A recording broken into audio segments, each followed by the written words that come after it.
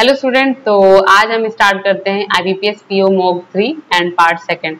Already हमने इसका first part complete करा दिया है, तो आज हम सेकंड पार्ट कंप्लीट कराएंगे और ये सेशन काफी इंपॉर्टेंट होने वाला है, तो बहुत ही ध्यान से देखना है और लास्ट तक देखना है, ठीक है, क्योंकि ये वीडियो जो है आपके IBPS PO में काफी हेल्पफुल होगा। चलिए स्टार्ट करते हैं। तो सबसे पहला जो क्वेश्चन है वो सिलॉक्स का क्वेश्चन है और सिलॉक्स आपको पता है कि बहुत इंपॉर्टेंट टॉपिक है। तो क्या करना है, कॉन्सेप्ट अच्छे से समझना है। अगर कॉन्सेप्ट में कोई दिक्कत है तो आपको कमेंट्स करके आप चीज़ों को बता सकते हैं कि ये चीज़ यहाँ नहीं समझ आ रही है, या फिर कोई अगर वीडियोस बनानी हो इस पे तो आप वो चीज़ें भी कमेंट में करके बता सकते हैं, ठीक है। तो चलिए स्टार्ट करते हैं। स्टेटमेंट है कि only a few arts are paint, only अ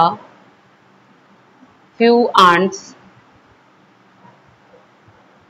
मैंने क्या किया है कि यहाँ पे आर्ट्स को ए से रिप्रेजेंट किया है, ठीक है। Only a few arts, only a few arts are paints and all colour are draws, few colour are paints. तो यहाँ पे पेंट और कलर रिलेट कर रहे हैं, तो हम सबसे पहले इसको स्टार्ट करेंगे, ठीक है, कि फ्यू कलर आर पेंट, यानी कि few colour are paint. Few colour are paint को सम कलर आर पेंट बोल सकते हैं, ठीक है। And all colours, in all colours क्या है, ड्रॉज है।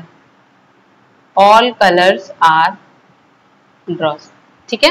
चलिए अब हम कंक्लूजन देखते हैं कि some drawers are pants, some drawers are pant, बिल्कुल सही है। ड्रॉज का ये कुछ हिस्सा यहाँ पैंट से क्या है, रिलेटेड है, तो आंसर क्या है, बिल्कुल सही है। सेकंड देखते हैं कि few arts can B colour, few arts can B colour. अब देखिए आर्ट्स और कलर के बीच में यहाँ कोई रिलेशन नहीं है, ठीक है। जब हम किसी दो के बीच में रिलेशन नहीं, कंफर्म रिलेशन या फिर कोई रिलेशन दिया ही ना हो, तो हम क्या कर सकते हैं, पॉसिबिलिटी के साथ उसको ट्रू मान सकते हैं। क्योंकि दो ऑब्जेक्ट के बीच का अगर रिलेशन नहीं पता होता है तो पॉसिबिलिटी लगा के हम ये देख सकते हैं कि क्या इनके बीच सम का रिलेशन है, हो सकता है, बिल्कुल हो सकता है। क्या नो का रिलेशन हो सकता है, बिल्कुल हो सकता है। तो ऐसे क्या है, पॉसिबिलिटी के साथ जब भी हम कोई रिलेशन लगाएंगे और उन दोनों के बीच में कोई कनेक्शन नहीं होगा तो वो चीजें क्या हो जाती है, बिल्कुल सही मानी जाती है, ठीक है। तो ये क्या है, सेकंड, ये भी सही है। थर्ड देखते हैं कि all arts can be paint, all arts can be paint. अब देखिए यहाँ पे लिखा है कि only few arts are paint. जब यहाँ बोल दिया है कि केवल कुछ ही आर्ट्स जो है पेंट है, तो जाहिर सी बात है कि all arts can be paint कैसे होगा। हमें तो पता है कि कुछ है और कुछ नहीं है, तो ऑल का तो सवाल ही नहीं उठता। तो ये क्या हो जाएगा, बिल्कुल फॉल्स। तो हमारा यह आंसर क्या हो जाएगा, only conclusion first and second follow, ठीक है। चलिए नेक्स्ट क्वेश्चन देखते हैं। आई होप ये समझ में आ रहा होगा आपको। चलिए तो अब ये इसका स्टेटमेंट सेम सिलॉक्स का ही टॉपिक है। वेन डायग्राम के थ्रू स्टार्ट करते हैं कि all black are brown, all black. अब यहाँ पे हमने ब्लैक को सिर्फ बी से क्यों नहीं लिखा, क्योंकि यहाँ पे ब्राउन भी बी से है, तो कंफ्यूजन हो सकती है। तो हम क्या कर देंगे, या तो BL लिख सकते हैं या फिर पूरा ब्लैक लिख सकते हैं, ठीक है, जैसे आप कंफर्टेबल हो, आपको कंफ्यूजन नहीं होना चाहिए।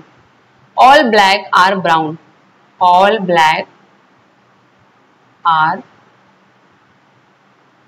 ब्राउन, ठीक है। And some brown are not white, some brown, जो ब्राउन का कुछ हिस्सा है, आर नॉट व्हाइट, ठीक है। And few white are green, few white यानी कि सम व्हाइट आर ग्रीन, ठीक है। ये हमारा वेन डायग्राम बना है इसका। अब कंक्लूजन देखते हैं कि some green are not brown, some green are not brown. अब देखिए कभी भी शेयरिंग के पार्ट का रिलेशन उनके साथ निगेटिव तब तक नहीं जाएगा जब तक कि जिसके साथ वो शेयर किए गए हैं उनका कुछ पार्ट्स, उनका नो का रिलेशन उस ऑब्जेक्ट या उस सब्जेक्ट के साथ ना हो। नहीं समझ आया, चलिए फिर से बताते हैं। सपोज एग्जांपल के थ्रू समझाते हैं। सपोज क्या है कि यहाँ पे ग्रीन का कुछ पार्ट व्हाइट के साथ शेयर है, ठीक है। लेकिन व्हाइट जो है ब्राउन के साथ पूरी तरह से निगेटिव नहीं है, ठीक है। अब जब पूरी तरीके से निगेटिव नहीं है तो यहाँ पे शेयरिंग वाला पार्ट काम नहीं करेगा, ठीक है।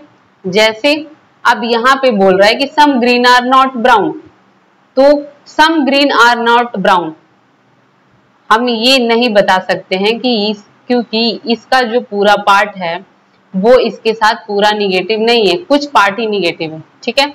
तो हम कैसे बता सकते हैं कि ये वाला निगेटिव है कि ये वाला निगेटिव है, हम नहीं बता सकते ना। तो ये क्या हो जाएगा, ये सस्पिशन में चला जाएगा, यानी कि इसको रॉन्ग कंसिडर करेंगे, ठीक है। सेकंड देखते हैं कि all white can be brown, all white can be brown. अब देखिए हमें ऑलरेडी पता है कि सम ब्राउन आर नॉट व्हाइट, ठीक है। बट इसमें कंक्लूजन में क्या दे कि all white can be brown.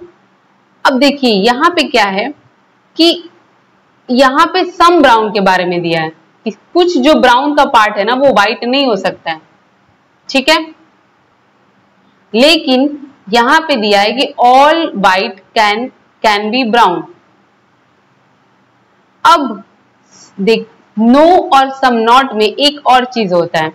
No में क्या है कि सब्जेक्ट ऑब्जेक्ट चेंज जब होता है तब भी रिलेशन पे कोई फर्क नहीं पड़ेगा, जैसे कि नो ए आर बी या फिर नो बी आर ए, ये क्या होगा, बिल्कुल एक ही स्टेटमेंट कंसिडर किया जाएगा।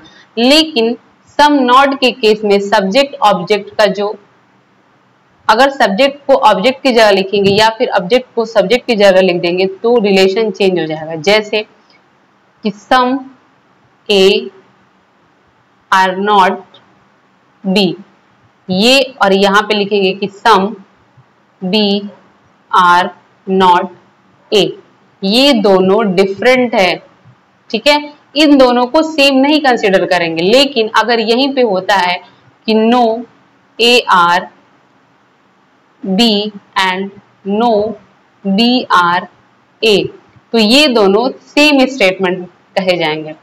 यहाँ पे इनको चेंज करने से इनके रिलेशन में कोई भी चेंजेस नहीं होगा, बट यहाँ पे चेंज कर देने पे इनके रिलेशन में क्या हो जाएगा, चेंजेस हो जाएगा।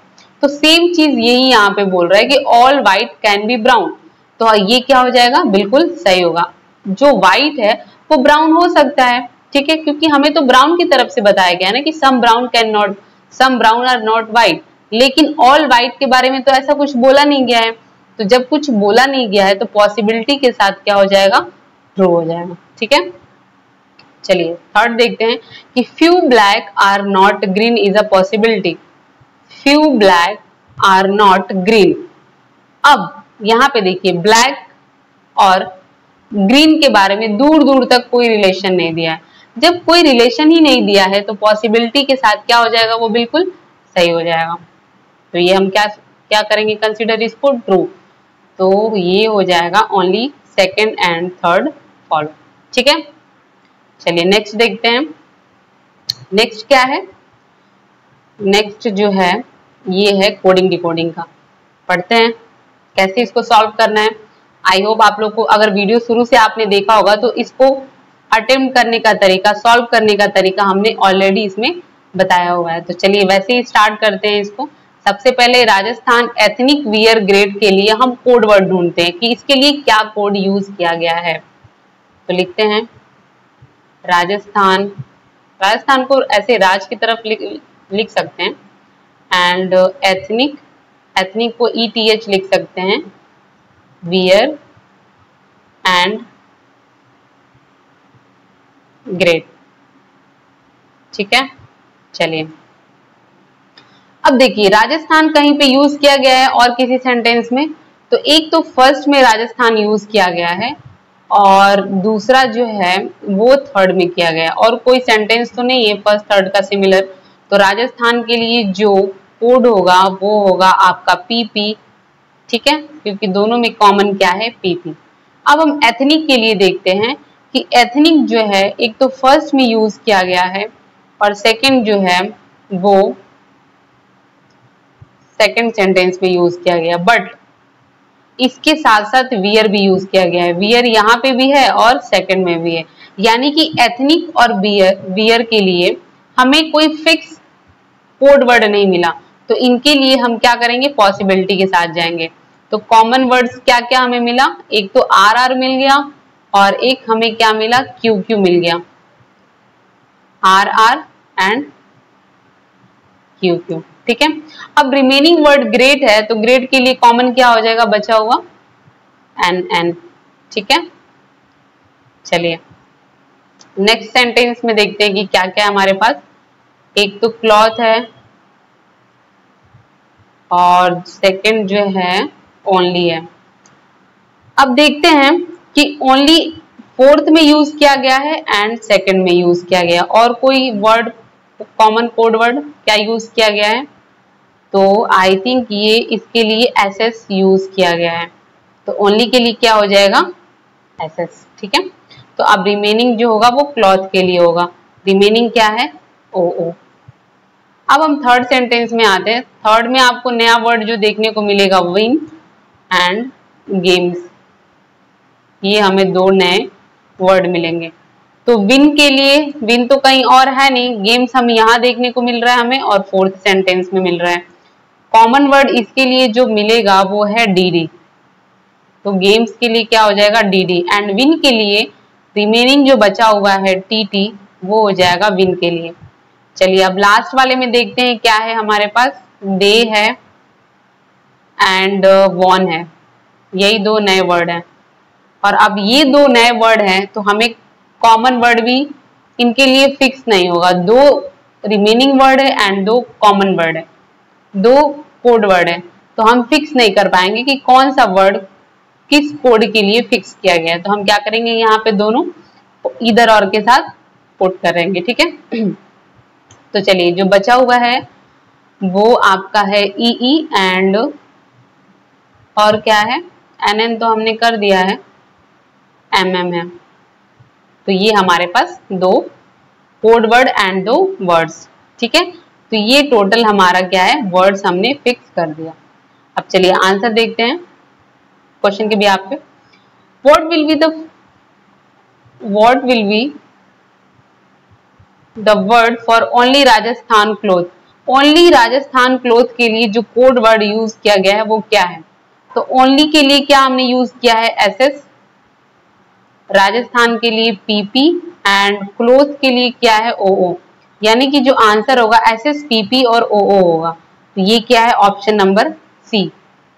बिल्कुल इजीली हमने क्या किया, सॉल्यूशंस भी बनाया और आंसर भी हम क्या कर रहे हैं, इजीली कर पा रहे हैं। ठीक है, सेकंड देखते हैं कि इफ वियर क्लोज को आर आर और ओ ओ लिखा जाए, तो पहले देखते हैं कि वियर और क्लोज के लिए क्या है।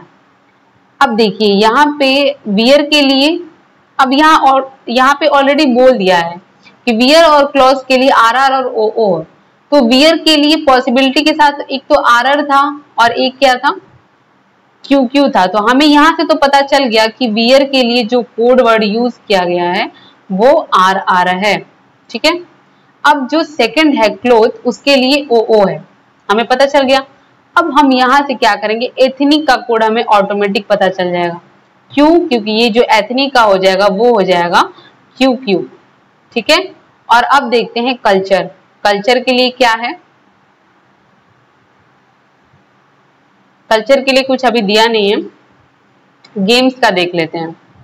अब देखिए यहाँ पे गेम्स, गेम्स का है डीडी। ठीक है, गेम्स का है डीडी। एक हमारे पास नया है कल्चर, तो एक नया कोई कोड हम क्या करेंगे, ऐड ऑन करेंगे। तो चलिए देखते हैं, क्यू क्यू और डीडी किसी में मिल रहा है, क्यू क्यू डीडी, और नया वर्ड हमें बीबी मिल गया। और किसी में बीबी था क्या, हमने और कहीं बीबी लिखा हुआ था, नहीं, तो ये क्या हो जाएगा, आंसर नंबर डी। ठीक है, कल्चर के लिए हमने क्या कर दिया, यहाँ पे कोड वर्ड बीबी, जो कि हमें नया मिला, बाकी सब तो हमें दिख रहे हैं। ठीक है, चलिए नेक्स्ट क्वेश्चन पे चलते हैं कि what is the code for the word only win, only win के लिए क्या हो सकता है, तो ओनली के लिए एसएस है और विन के लिए टीटी है, तो एसएस और टीटी, एसएस और TT, option number C is the right answer. ठीक है, चलिए क्वेश्चन नंबर 6 देखते हैं कि if won the game, won the game को क्या लिखा जाएगा? EEDDFF। अब देखिए यहाँ पे क्या था कि वॉन के लिए फिक्स नहीं था, तो अब इसमें बोल दिया है कि वॉन क्या है, EE हो जाएगा, ठीक है। तो वॉन के लिए हमने यहाँ पे फिक्स कर दिया कि वॉन जो है वो EE है। द गेम्स को देख लेते हैं। गेम्स के लिए तो आई थिंक हमारे पास था DD हमारे पास था, तो ये गेम्स का हो गया और ये द के लिए यूज हो गया। ये किसके लिए हो गया यूज? द। नया वर्ड हमें द दिखा और नया कोड हमें FF दिखा, ठीक है। अब एंड ग्रेट आर्ट ओनली के लिए क्या यूज किया गया? NNUU और SS। अब चलिए देखते हैं ग्रेट आर्ट ओनली। ग्रेट के लिए NN और आर्ट के लिए देखते हैं और ओनली के लिए।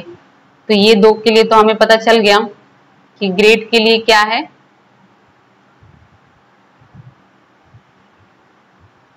ओनली के लिए नया वर्ड जो हमें मिला, आर्ट के लिए जो हमें नया वर्ड मिला वो क्या है? UU है, ठीक है। और इन दोनों के लिए ये था। अब हम यहां से क्या करेंगे? दी इंडियन आर्ट को हम क्या देख सकते हैं?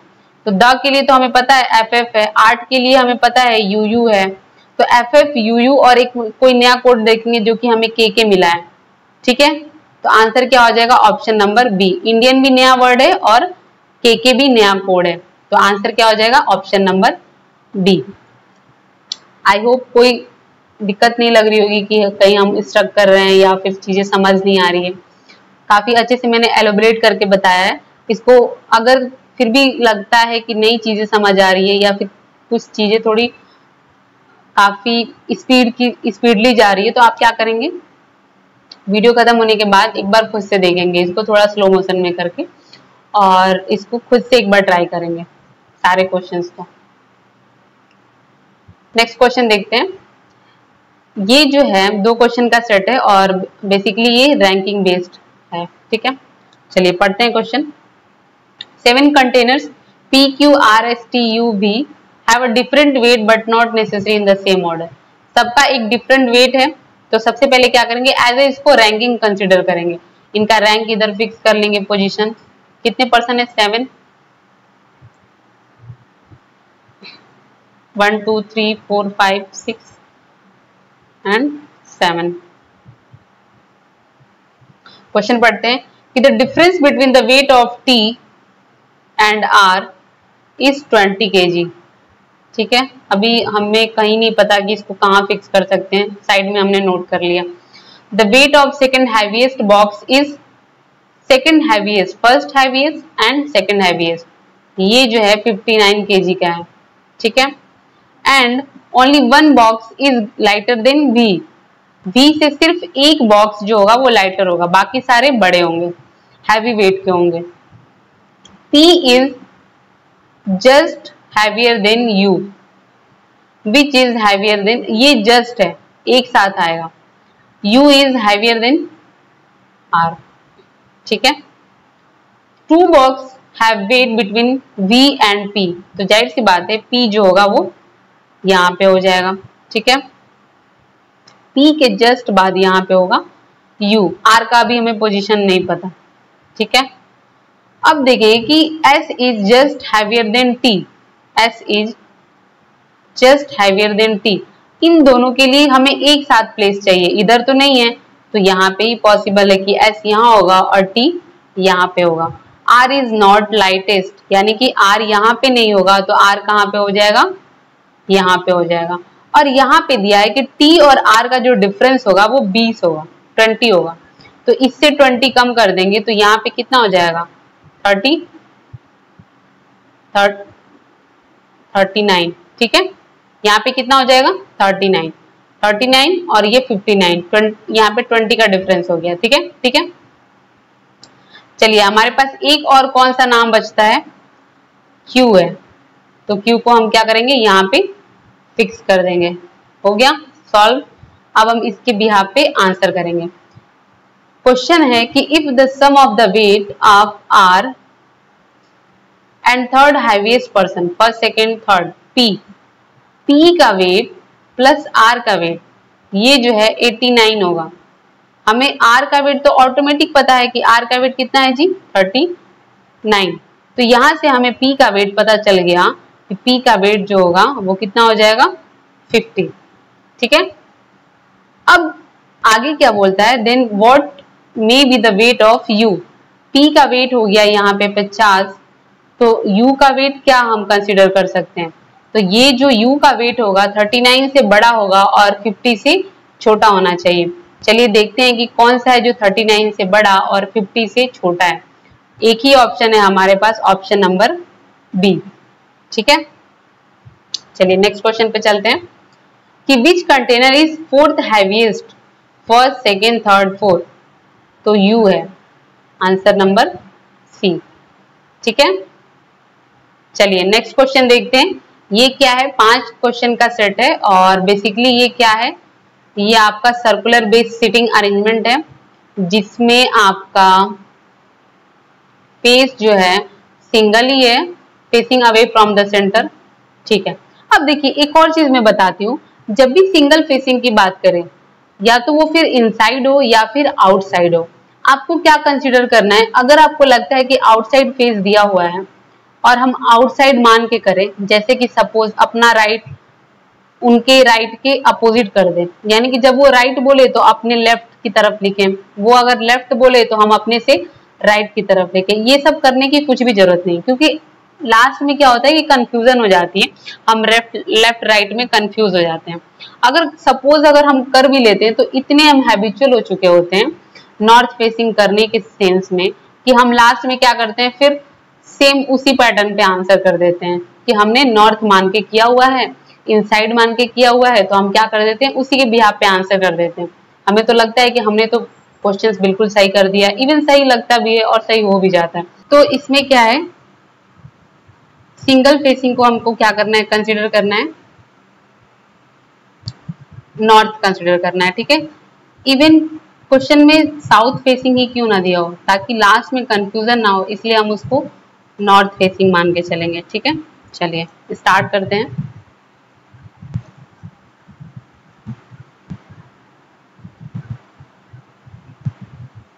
एट पर्सन है,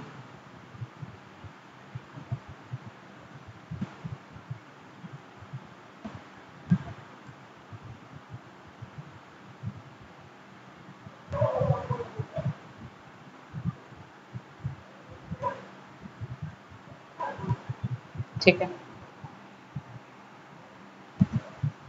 क्वेश्चन पढ़ते हैं। 8 person HIJKLMNO seat around a circular table and face away from the centre. ठीक है, but not necessary in the same order. जिस ऑर्डर में नाम लिखा होगा जरूरी नहीं है कि इसी ऑर्डर में ये बैठते हैं। All the person work in a different company, सभी जो है डिफरेंट कंपनी में काम करते हैं। कंपनी नेम जो है जियो, एयरटेल, MI, मोटो, आइडिया, किया, टाटा एंड हीरो है। ठीक है, चलिए स्टार्ट करते हैं। I sits third to the left of H. I sits third to the left of H. First second third यहाँ पे भी हम कर देते हैं। I sits third to the left of H. H जो है who works in company Airtel, Airtel में काम करता है, यहाँ पे भी सेम करते हैं, एयरटेल में काम करता है। J sits adjacent to H. J या तो यहाँ पे होगा या फिर यहाँ पे होगा, दो पॉसिबिलिटी लेके चलते हैं। K who work in Tata sits third to the right of J. First second third K, और ये जो है टाटा में काम करता है। सेम इसमें भी करेंगे, फर्स्ट सेकेंड थर्ड K और ये हो जाएगा Tata. 2 person sit between M and N। अभी इसको होल्ड करते हैं, M और N के बीच में 2 पर्सन बैठते हैं। N जो है who works in Hero, Hero company में काम करता है। The one who work in Kia sits immediate right of N। ये N के इमीडिएट राइट बैठती है। M sits adjacent to J। M जो है वो J के बगल में बैठता है। M कहाँ हो जाएगा, यहाँ पे। अब M और N के बीच में 2 पर्सन है, तो M 1 to N यहाँ पे तो होगा नहीं, तो 1 to N n क्या हो जाएगा यहाँ पे, सेम चीज इसमें भी करेंगे, 1 to n यहाँ पे जाएगा 1 to n और 1 to n, यहाँ पे दो पॉसिबिलिटी है। अब देखिए n की जो है इमीडिएट राइट किया होनी चाहिए, तो अगर हम यहाँ करते हैं 1 to n और n की इमीडिएट राइट किया, ये प्लेस यहाँ पे हो नहीं पा रहा है, तो अब n को क्या करेंगे 1 to n यहाँ पे हो जाएगा और इमीडिएट राइट किया। ठीक है, चलिए इसमें देखते हैं n और n के इमीडिएट राइट किया, इमीडिएट राइट किया तो है नहीं, तो ये वाला पॉसिबिलिटी क्या हो गया, रॉन्ग हो गया। अब ये हमारे पास एक पॉसिबिलिटी बचता है। अब इसमें हम क्या करेंगे, आगे का क्वेश्चन करते हैं। यहाँ पे लिखा है कि the one who sits the person one person sit between the one who work in Kia and the one who work in Jio। किया और जियो के बीच में एक पर्सन है, किया यहाँ पे है, जियो तो यहाँ होगा नहीं, तो जियो कहाँ होगा, यहाँ पे, इनके बीच में एक पर्सन होगा। ठीक है, O seat second to the right of the one who works in Moto. O जो है सेकंड बैठता है किसके, जो मोटो में काम करता है।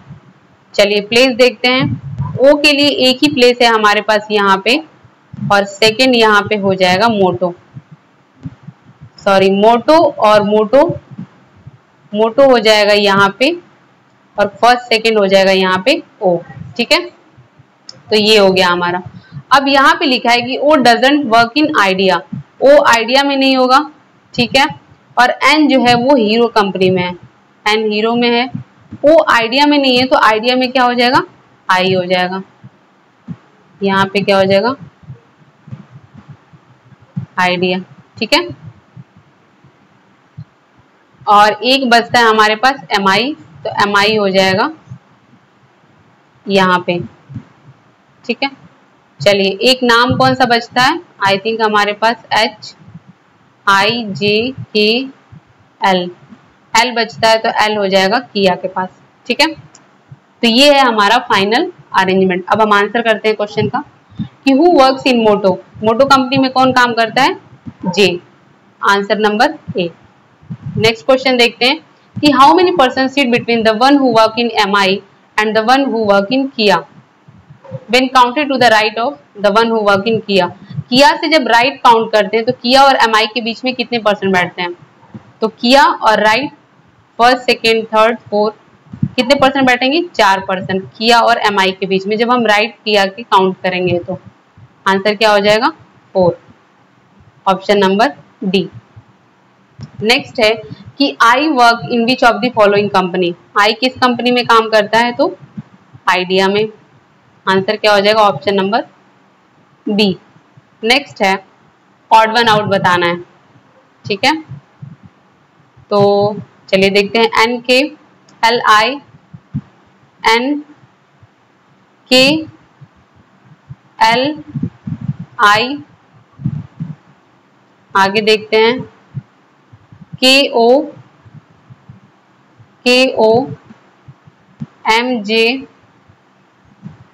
MJ, अभी तक तो सही चल रहा है, IN, सबके बीच में एक भी का गैप नहीं है, जबकि I और N के बीच में एक का गैप है, तो ये क्या है, ऑड वन आउट हो जाएगा, option number E. Next question देखते हैं कि who sits fifth to the right of the one who work in MI, MI के फिफ्थ राइट कौन बैठता है, देखते हैं MI यहाँ पे फिफ्थ राइट 1 2 3 4 5, M बैठता है जो कि जियो में काम करता है, तो आंसर क्या हो जाएगा ऑप्शन नंबर सी। ठीक है, नेक्स्ट देखते हैं, नेक्स्ट अगला क्वेश्चन है, ये वर्ड फॉर्मेशन का क्वेश्चन है। चलिए बताना है इसमें कितने ऐसे पेयर्स हैं जो इंग्लिश अल्फाबेटिकल ऑर्डर्स में उतने ही आते हैं जितने कि इनके बीच में दिया हुआ है। ठीक है, वर्ड्स लिख लेते हैं पहले, MOUSTACH,